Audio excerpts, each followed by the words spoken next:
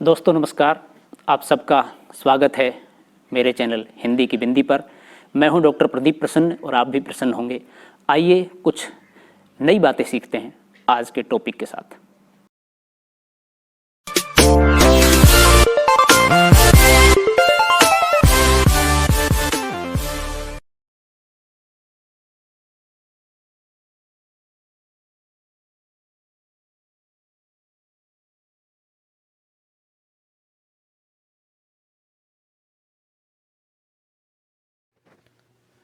विद्यार्थियों, आज की वीडियो हम बना रहे हैं कक्षा 12 की हिंदी की पाठ्य पुस्तक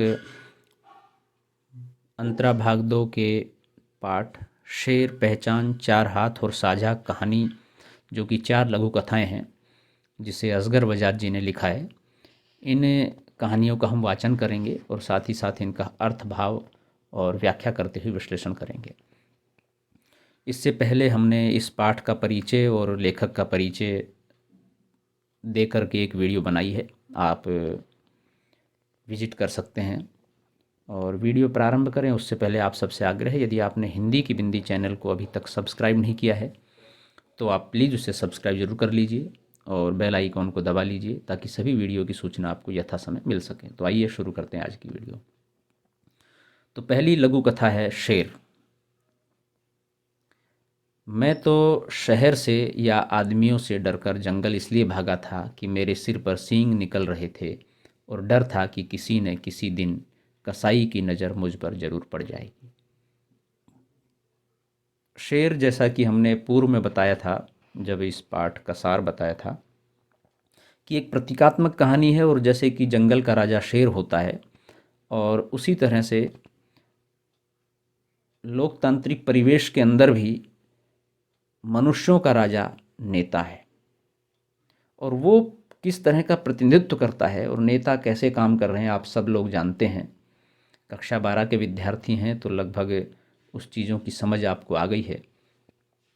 तो शेर कैसे अपनी चीज़ों को या जंगल की चीज़ों को अपने उपयोग में लेता है, सब कुछ हड़प करना चाहता है, सब कुछ अपने पास रखना चाहता है।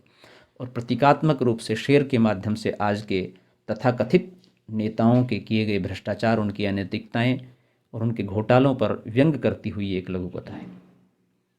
जंगल में मेरा पहला ही दिन था जब मैंने बरगद के पेड़ के नीचे एक शेर को बैठे हुए देखा। शेर का मुंह खुला हुआ था। शेर का खुला मुंह देखकर मेरा जो हाल होना था वही हुआ, यानी मैं डर के मारे एक झाड़ी के पीछे छिप गया। स्वाभाविक होता है, शेर से सबको डर लगता है।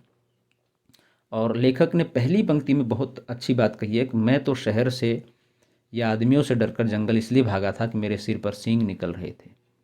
अब देखिए, सिर पर सींग निकलने का मतलब यह है कि सींग पशुओं के होते हैं अक्सर, तो और पशु को कसाई काटता है, तो कहीं मुझे कसाई न काट दे इसलिए भागा था। अब इसका दूसरा अर्थ देखिए, जिसको व्यंग या प्रतीक में कहते हैं, कि आप कसाई का मतलब यह है कि जो तथाकथित व्यवस्था है, जब आप कुछ गलत उनके विरोध में कुछ बोलते हो तो आप अलग दिखाई देते हो। ये व्यक्ति है जो विरोध करता है, ये व्यक्ति है जो हमारे काम में अड़चन पैदा करता है, ये व्यक्ति है जो लोगों को संगठित करके, लोगों को प्रेरित करके हमारी सरकार नहीं बनने देना चाह रहा या हमारे भ्रष्ट काम को आगे नहीं करने देना चाह रहा। तो उस व्यक्ति के सींग निकल आए, मतलब अलग दिख रहा है, वो सबकी नज़र में आ गया। तो सबकी नज़र में आ गया तो या तो उसको प्रताड़ित किया जाएगा या जान से मारा जाएगा, या उसके परिवार के किसी सदस्य को परेशान किया जाएगा, या वो सरकारी या गैर सरकारी जहाँ नौकरी करता है वहाँ पर उसको प्रताड़ित करके वहाँ से बेदखल किया जाएगा। तो कहने का तात्पर्य उसको किसी ना किसी प्रकार से सजा दी जाएगी। इसलिए लेखक कह रहा है मैं जंगल में आ गया, और जंगल में जैसे ही शेर को देखा तो वो डर गए और झाड़ी के पीछे छुप गए। मैंने देखा कि झाड़ी की ओट भी गजब की चीज़ है, अगर झाड़ियाँ न हो तो शेर का मुँह ही मुँह हो। अब यहाँ झाड़ी में छिपना का मतलब यह है कुछ देर के लिए आप किसी दूसरे काम से अपने आप को ढक लो, छिपा लो, और फिर उससे बच पाना बहुत कठिन हो पाए अगर झाड़ी न हो तो। कुछ देर के बाद मैंने देखा कि जंगल के छोटे छोटे जानवर एक लाइन से चले आ रहे हैं और शेर के मुंह में घुसते चले जा रहे हैं। सब शेर के मुंह में जा रहे हैं। शेर बिना हिले ढुले, बिना चबाए जानवरों को गटकता जा रहा है। यह दृश्य देखकर मैं बेहोश होते होते बचा।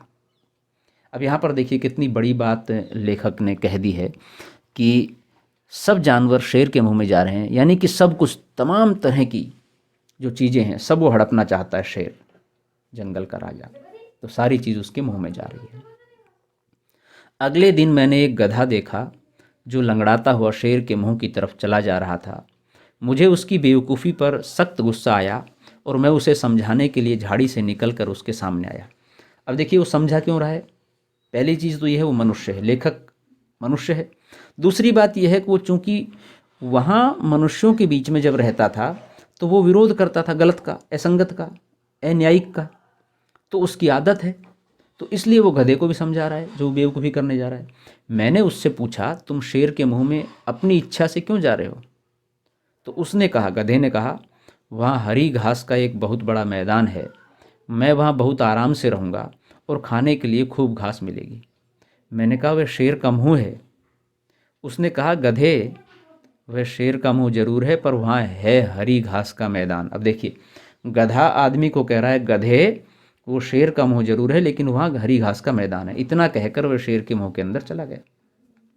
यानी कि जनता को वही दिख रहा है जो कि राजा या शासक व्यवस्थापक दिखा रहा है। उसको सही मार्ग कोई बताने की चेष्टा करता है तब भी वो उसकी बात को मानता नहीं है।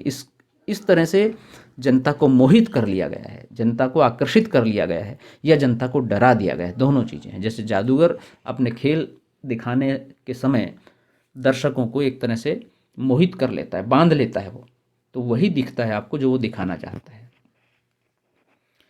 फिर मुझे एक लोमड़ी मिली। मैंने उससे पूछा, लेखक लोमड़ी से पूछ रहा है, तुम शेर के मुंह में क्यों जा रही हो? उसने कहा, शेर के मुंह के अंदर रोजगार का दफ्तर है। देखिए लोमड़ी क्या जवाब दे रही है, मैं वहाँ दरख्वास्त दूंगी फिर मुझे नौकरी मिल जाएगी। यानी कि वहाँ काम है, कोई दिक्कत नहीं है, इसलिए जाने में कोई परेशानी नहीं है इस जगह पर। मैंने पूछा, तुम्हें किसने बताया कि वहाँ पर दफ्तर है, रोजगार मिल जाएगा और तमाम चीज़ों के बारे में? तो लोमड़ी ने कहा, शेर ने। और वह शेर के मुंह के अंदर चली गई। यानी कि शेर ने ये बात बताई है कि मेरे मुंह में दफ्तर है, मैदान है, हरी घास है, तमाम तरह की सुविधाएं, आप आ जाइए और इनका उपयोग कीजिए। अब वहाँ जाने के बाद क्या स्थिति है ये नहीं पता है। फिर एक उल्लू आता हुआ दिखाई दिया। मैंने उल्लू से वही सवाल किया। उल्लू ने कहा, शेर के मुंह के अंदर स्वर्ग है। वाह, यानी कि सारी चीज़ें, अब इससे बड़ी क्या होगी बताइए आप। मैंने कहा, नहीं वह, मैंने कहा यह कैसे हो सकता है? उल्लू बोला, नहीं ये सच है और यही निर्वाण का एकमात्र रास्ता है। निर्वाण का मतलब ये होता है कि जब हम किसी भी योनि में, मनुष्य में, पशु में, पक्षी में भटकते रहते हैं और जब हमारा एक तरह से उद्धार नहीं होता है, मोक्ष नहीं मिलता है, तो मोक्ष को एक तरह से निर्वाण कहते हैं कि आप भटकना बंद कर दो और आप जब अंतिम समय आए, जब मृत्यु के कगार पर जाओ, तो आपको ईश्वर की प्राप्ति हो या सुख संपदा की प्राप्ति हो, मरने के बाद कष्ट न भोगना पड़े, तो वो निर्वाण हो गया। और उल्लू भी शेर के मुंह में चला गया। अगले दिन मैंने कुत्तों के एक बड़े जुलूस को देखा जो कभी हंसते गाते थे और कभी विरोध में चीखते चिल्लाते थे। अब यहाँ देखिए, यहाँ भी प्रतीकात्मक रूप से कि जो व्यक्ति सत्ता का विरोध करता है किसी समय पर, सत्ता यदि उसको प्रलोभित कर लेती है, लालच दे देती है, तो वो विरोध करना छोड़ करके उनके विरोध में जो नारे लगा रहे थे, गीत गा रहे थे क्रांति के, उनको छोड़ करके वो भी उनके समर्थन में बात करने लगते हैं। उनकी बड़ी बड़ी लाल जीभें निकली हुई थी पर सब दुम दबाए थे, चुप। यानी कि जब व्यक्ति बहुत तेज दौड़ता है, कुत्ता बहुत तेज दौड़ता है, तो जीभ बाहर निकाल के वो तेज तेज सांस लेता है। और दुम हिलाना मतलब सामने वाले की चाकरी करना, वो जैसा कहे वैसा करना। तो कुत्तों का यह जुलूस शेर के मुंह की तरफ बढ़ रहा था, यानी कि वो भी शेर के मुंह में जा रहे थे। मैंने चीख कर कुत्तों को रोकना चाहा पर वे नहीं रुके और उन्होंने मेरी बात अनसुनी कर दी। वे सीधे शेर के मुंह में चले गए। अब यहाँ पर एक चीज़ देखिए, 4 जो पशु पक्षियों के नाम बताए हैं लेखक ने, हाँ, गधा, लोमड़ी और ये उल्लू, तो ये जो सब हैं, ये सब ऐसे हैं जैसे कि उनकी बात को मानने वाले चापलूसी प्रतीकात्मक रूप में बात कर रहे हैं। गधा यानी कि बेवकूफ़ होता है, कुत्ता यानी कि जिसके सामने दुम हिलाए, लोमड़ी यानी कि लालच का प्रतीक है। तो ये सारे ऐसे हैं जो चुपचाप से दुम हिलाते हैं, चुपचाप से कहना मान लेते हैं। अगले दिन मैंने कुत्तों के एक बड़े जुलूस को देखा, जो कभी ये हो गया।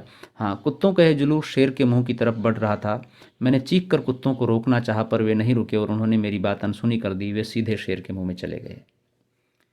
कुछ दिनों के बाद मैंने सुना कि शेर अहिंसा और सह अस्तित्ववाद का बड़ा जबरदस्त समर्थक है, इसलिए जंगली जानवरों का शिकार नहीं करता। अब देखिए कितनी बड़ी बात है।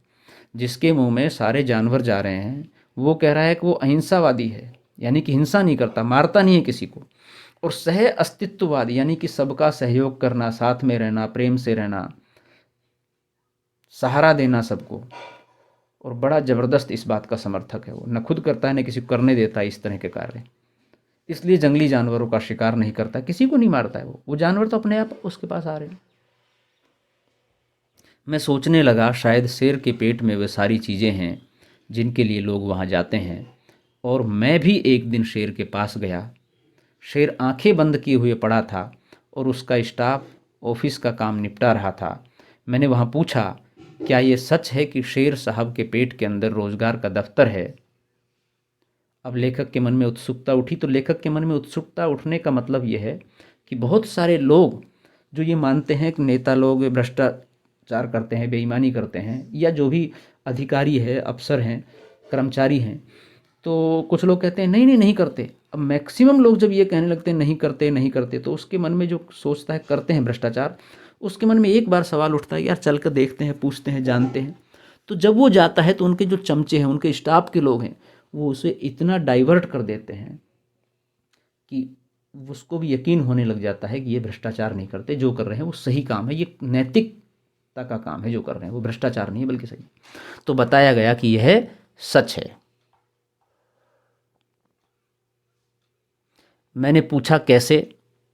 तो बताया गया सब ऐसा ही मानते हैं, यानी कि सब मानते हैं ऐसा, जानता कोई नहीं है। क्योंकि अंदर जाने के बाद कोई बाहर आ नहीं रहा है, सब उसमें लिप्त हो रहे हैं। अंदर जाने के बाद बाहर नहीं आ रहा है का मतलब यह है कि जैसे आप भ्रष्टाचार वाले दफ्तर में एक बार चले गए, तो आपका काम, यदि आप भ्रष्टाचार में सम्मिलित हैं तो ही होगा, नहीं नहीं होगा तो आप भी भ्रष्टाचार में सम्मिलित हो जाओगे। फिर बाहर आकर के यही कहोगे नहीं, वहाँ तो ईमानदारी से काम हो रहा है। क्यों? क्योंकि आपने कहा भ्रष्टाचार से काम हो रहा है, तो जो आपका काम है वो भ्रष्टाचार से हुआ है। दूसरा, आप फिर भ्रष्टाचार कहोगे उसको, तो आपका काम फिर नहीं होगा। तो इसलिए सब कह रहे हैं वाह, शेर के मुंह में स्वर्ग है और सब काम अच्छे से हो रहा है। तो मैंने पूछा क्यों, क्या प्रमाण है? बताया गया प्रमाण से अधिक महत्वपूर्ण है विश्वास। अब देखिए, यहाँ देखिए, प्रमाण को खत्म कर दिया गया है, विश्वास करना सिर्फ। और ये विश्वास है, ये व्यक्ति के लिए सबसे बड़ा खतरनाक है। इस विश्वास ने ही अविश्वास पैदा किया है। आंख बंद करके या बिना कुछ सोचे समझे या दबाव में किसी भी प्रकार जब हम विश्वास करने लगते हैं, तो फिर प्रमाण की आवश्यकता हम महसूस नहीं करते हैं। तो वहाँ पर हमारा विवेक एक तरह से शून्य हो जाता है। मैंने कहा, और यह बाहर जो रोजगार का दफ्तर है, बताया गया मिथ्या है, झूठ है, ये अंदर है वास्तविकता। तो मैंने कहा, तुम लोग मुझे उल्लू नहीं बना सकते। वह शेर का मुंह है, शेर के मुंह और रोजगार के दफ्तर का अंतर मुझे मालूम है, मैं इसमें नहीं जाऊंगा। और जो लोग वास्तव में अंतर को समझते हैं वो लोग नहीं जाते हैं, बायकाट कर जाते हैं, आ जाते हैं।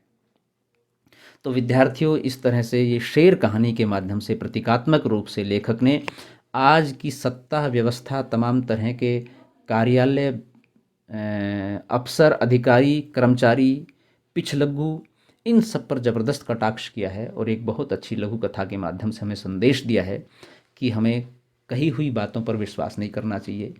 जो लोग भ्रष्टाचार कर रहे हैं उनका विरोध करना चाहिए, और विरोध लेकिन संगठन में करना चाहिए। और सही गलत के विवेक को, सही गलत की बात को हमें विवेक के माध्यम से परखना चाहिए, समझना चाहिए और फिर उसका चुनाव करना चाहिए। और थोड़े बहुत प्रलोभनों में न पड़ करके सही रास्ते पर चलना चाहिए। हो सकता है आप सही रास्ते पर चलो तो बहुत बड़ा नाम न कमा पाओ, बहुत अधिक दाम न कमा पाओ, बहुत अधिक प्रतिष्ठा न कमा पाओ, लेकिन सबसे बड़ी बात ये होगी आपको सुकून मिलेगा। और जो भी लोग आपको जानेंगे, आपके संपर्क में आएंगे, वो भाई, वो चाहे मुंह पर नहीं लेकिन पीठ पीछे आपकी बुराई नहीं, आपकी अच्छाइयों की चर्चा करेंगे, आपकी प्रशंसा करेंगे। चाहे मन ही मन करें, लेकिन आप सही व्यक्ति हो तो सही रूप में आपकी पहचान बनेगी। तो विद्यार्थियों, ये थी आज की वीडियो हम यहीं समाप्त करते हैं, चूँकि बड़ी हो जाएगी। अगली कहानी को अगली वीडियो में हम लेंगे और उसमें सारी चीज़ें बताने का प्रयास करेंगे।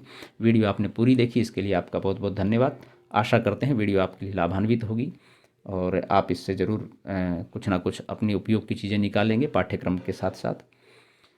आज के लिए इतना ही। यदि आपके मन में कोई सवाल हो, कोई जिज्ञासा हो, कोई प्रश्न हो तो आप कमेंट्स के माध्यम से पूछ सकते हैं। हम उसका समाधान कमेंट्स के माध्यम से करने का प्रयास करेंगे। और यदि वीडियो आपको अच्छी लगी हो तो इसे लाइक कीजिए, शेयर कीजिए, कमेंट्स कीजिए और चैनल को सब्सक्राइब करना न भूलें। शुक्रिया, धन्यवाद।